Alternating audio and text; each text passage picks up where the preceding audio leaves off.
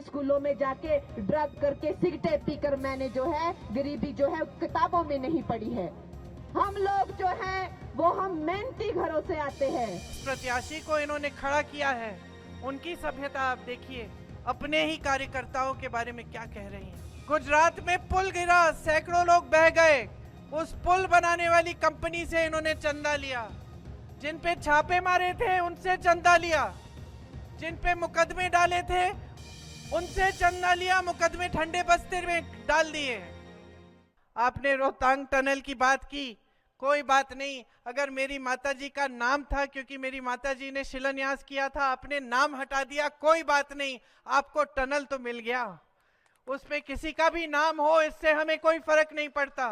आज मोदी जी का नाम है, कल किसी और का लगा लें। आपको टनल इसलिए मिला क्योंकि उनकी सोच थी कि यहाँ पे बनाना है और उन्होंने राशि भिजवाई इसके लिए। नेर चौक में ईएसआई हॉस्पिटल बनाया, मंडी में आईआईटी बनवाया, सिरमौर में आईआईएम बनवाया, सुंदरनगर में मेडिकल कॉलेज और इंजीनियरिंग कॉलेज बनवाया। और आपने कहा कि कुल्लू की मांग है तो हमें इसको भी, अगर हमारी केंद्र की सरकार आएगी, इस मांग को हम पूरा करेंगे। कीरतपुर से मनाली की जो 4 लेन का जो प्रोजेक्ट 2012 में दिया था, उसका सिर्फ फर्स्ट फेज पूरा किया कांग्रेस ने और तब से अटका हुआ है।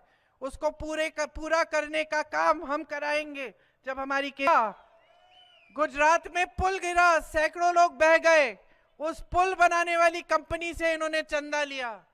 जिन पे छापे मारे थे उनसे चंदा लिया, जिन पे मुकदमे डाले थे उनसे चंदा लिया, मुकदमे ठंडे बस्ते में डाल दिए, छापे बंद हो गए। ये है इनकी ईमानदारी और ये है इनकी सभ्यता। और आज आपको सब कुछ दिख रहा है।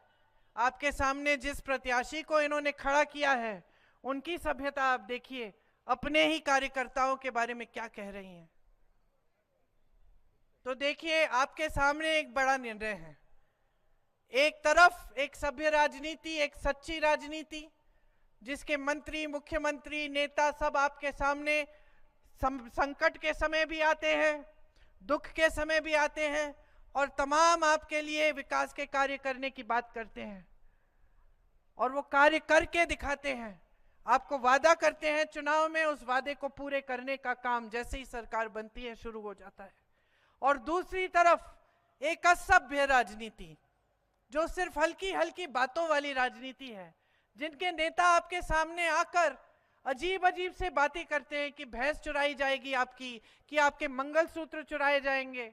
सबसे बड़े नेता हैं देश के, पंडित नेहरू जैसे लोगों ने वो पद संभाला, लाल बहादुर शास्त्री जी, इंदिरा जी, राजीव जी, अटल बिहारी वाजपेयी जी, इन सब ने ये पद संभाला। किसी ने ऐसी असभ्य बातें नहीं की, किसी ने उस पद की गरिमा को न देखते हुए पद का स्तर इतना नहीं गिर रहा है। तो ये आपके सामने एक बड़ा निर्णय है। सिर्फ आप हिमाचल का अपना भविष्य नहीं तय कर रहे हैं, आप पूरे देश का भविष्य तय कर रहे हैं। ये जो वोट है, आपका हथियार है। लोकतंत्र ने दिया है आपको, संविधान ने दिया है आपको। इनका कोई भरोसा नहीं है कि क्या करेंगे। संविधान बदलने की बात करते हैं, क्या पता आगे क्या करने जा रहे हैं। अब समय आ गया है कि आप खड़े हो जाएं और आप इस देश की राजनीति को सही दिशा दिखाएं। ये आपका सुंदर प्रदेश, ये आपकी सभ्यता, ये देवभूमि इसलिए कही जाती है क्योंकि सचमुच देवताओं की भूमि है। तो यहीं से आप दिखाइए पूरे देश को, यहीं से संदेश भेजिए। भारी से भारी बहुमत से विक्रमादित्य